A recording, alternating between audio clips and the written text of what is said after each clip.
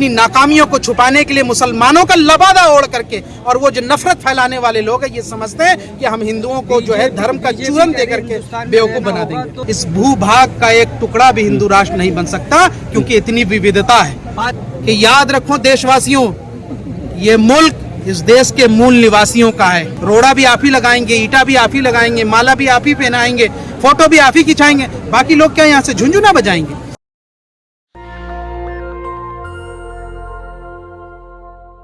लेकिन इतना जरूर कहूंगा कि एक बात कान खोल करके सुन लीजिए, जितने भी बाबा बन के बैठे हैं जो देश की भावनाओं को भड़का रहे हैं, भारत पूरे राष्ट्र के तौर पर हिंदू राष्ट्र क्या, इस भूभाग का एक टुकड़ा भी हिंदू राष्ट्र नहीं बन सकता, क्योंकि इतनी विविधता है। ये कान खोल कर सुन लीजिए आप। और पार्लियामेंट में जो ये कह रहे हैं, मैं सिर्फ इतना कहना चाहता हूँ, क्या यही हमारे देश के महामहिम राष्ट्रपति की इज्जत रखी आपने?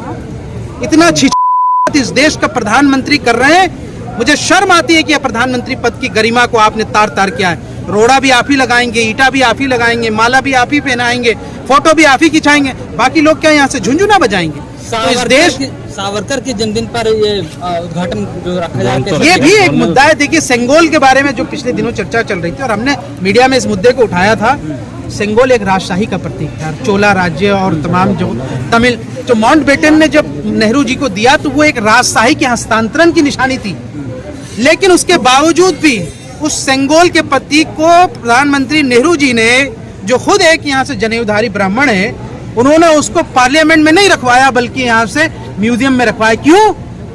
क्यों रखवाया? इस देश के पूर्व जितने प्रधानमंत्री थे, अटल बिहारी वाजपेयी, उस सेंगोल को वहां नहीं रखवा सकते थे क्या? वो मोदी जी से कम राष्ट्रभक्त थे क्या?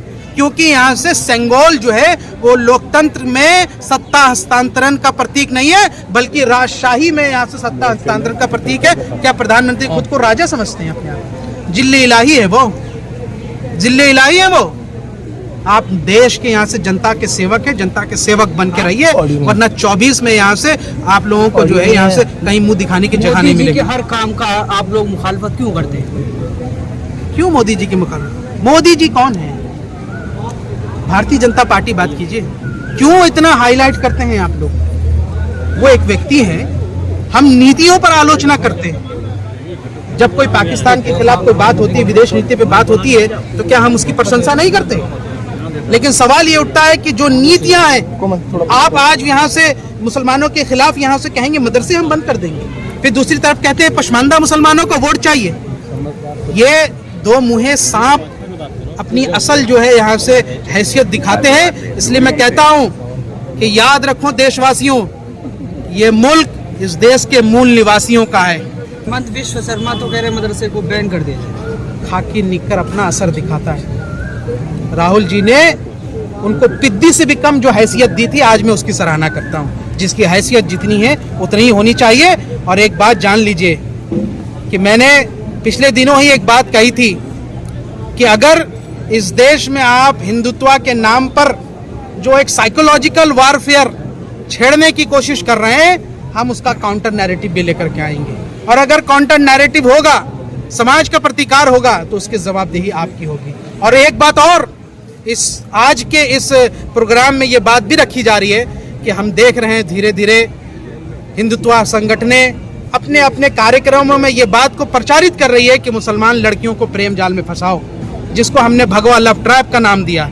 आज इस भगवा लव ट्रैप पे पहले मीडिया चर्चा करना नहीं चाहती थी, लेकिन आज मेन स्ट्रीम मीडिया इसकी चर्चा कर रहा है। सोमवार को भी इसकी चर्चा होगी।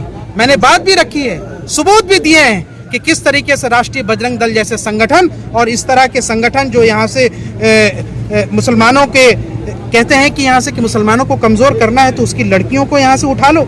ये है हिंदू, ये है नया राष्ट्र और ये है नया भारत।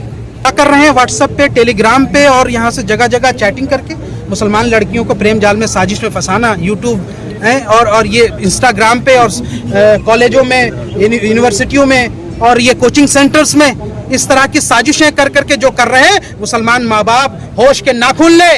और मैंने पिछले बार भी कहा था कि इस देश में हर जुमे में यहाँ से मस्जिद के इमाम इस बात पर यहाँ से जोर देके सिर्फ बयान करें कि हमारी बेटियों को जो फंसाने की साजिशें चल रही है, जो इस तरह के भगवा लव ट्रैप के नाम पर जो ये हरकतें कर रहे हैं, ये बंद हो जाना चाहिए।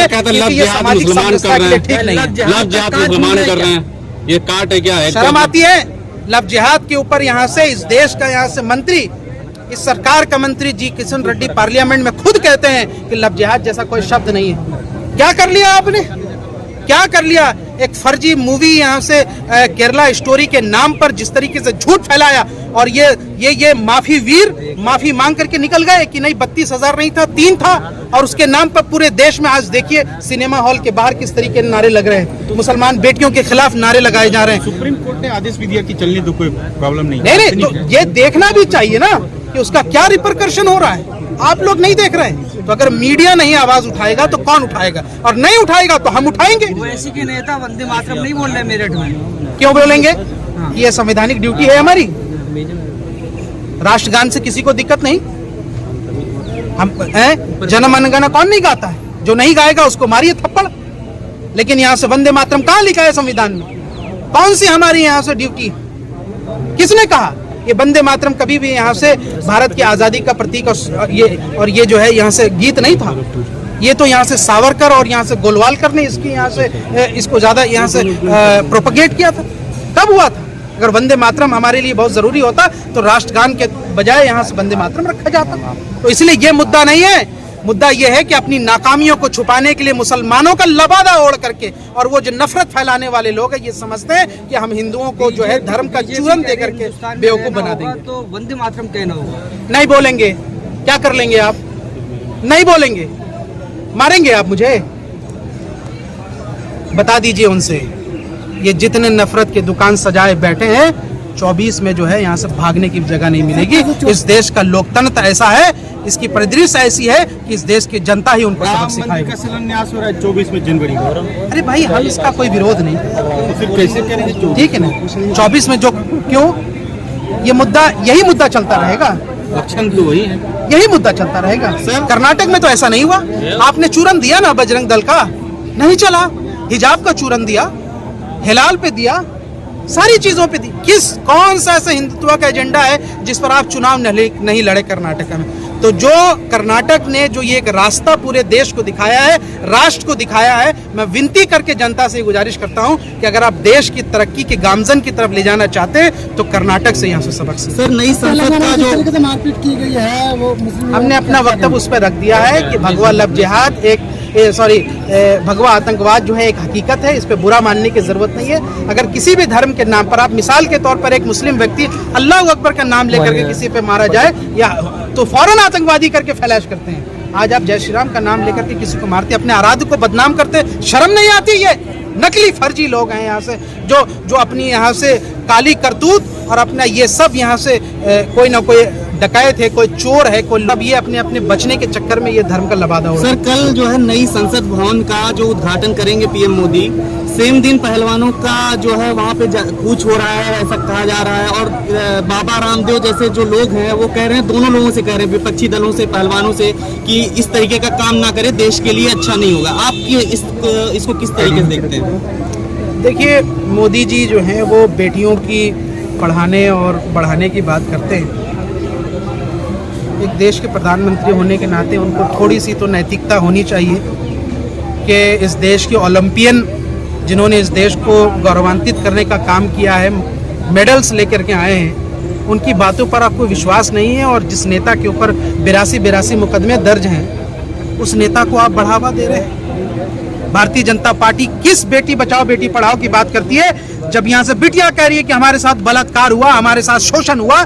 आज आप उस बिटिया के खिलाफ मुहिम चलवाते हैं और उन जैसे यहाँ से नेताओं को बढ़ावा देते हैं। इस देश को बेटियों को सोचना पड़ेगा। और देखिए, जनता को हमेशा मौका मिलता है अपना बदला लेने का, और अगर देश की बेटियां बदला लेने पे आ जाए इन बलात्कारियों के खिलाफ, तो मुझे लगता है भारतीय जनता पार्टी के अंदर जितने भी यहाँ से इस तरह की मानसिकता के जो नेता है उनको कोई वोट नहीं मिलेगा। ब्रिजभूषण ने कहा है कि जंतर मंतर खालिस्तानी का अड्डा हो गया है। किसने कहा? ब्रिजभूषण गंभीर आरोप लगाए। मैं ऐसे हल्के नेताओं के बातों पर सर, लेकिन नई संसद भवन का इस तरीके से 28 तारीख को जो विरोध किया जा रहा है, इससे मतलब उद्घाटन ही तो कर रहे हैं मोदी जी, इससे दिक्कत क्या है? उस दिन क्यों ऐसा किया जाए? देखिए, महामहिम राष्ट्रपति जी इस देश की सर्वोच्च पद पर बैठी महिला है और सबसे पहला अधिकार उन्हीं का है। आर्टिकल 70 आप पढ़ करके देख लीजिए, उसमें सब कुछ क्लियर लिखा है। और मैं इसलिए कहता हूँ कि जब आप प्रधानमंत्री पद पर होते हुए भी यहाँ से छिछोरी हरकतें करने पर आ जाते हैं, तो फिर क्या ही कहा जा सकता है। अब कल तो जो होना है वो होगा,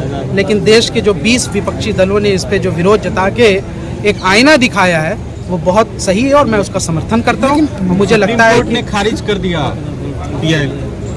देखिए वो उद्घाटन का मामला नहीं है सर, मामले बहुत हैं। क्या प्रधानमंत्री सेंगोल को एक प्रतीक चिन्ह के तौर पर जो आप अंदर रख रहे हैं वो एक धार्मिक प्रतीक नहीं है? क्या उसमें नंदी की चित्र नहीं है? क्या वो एक राजशाही सत्ता का हस्तांतरण का प्रतीक नहीं था? ये लोकतंत्र है। क्या यहाँ से अटल बिहारी वाजपेयी से ज़्यादा देशभक्त हो गए? उनसे ज़्यादा बड़े नेता हैं क्या मोदी जी? अटल बिहारी वाजपेयी जी को मालूम नहीं था?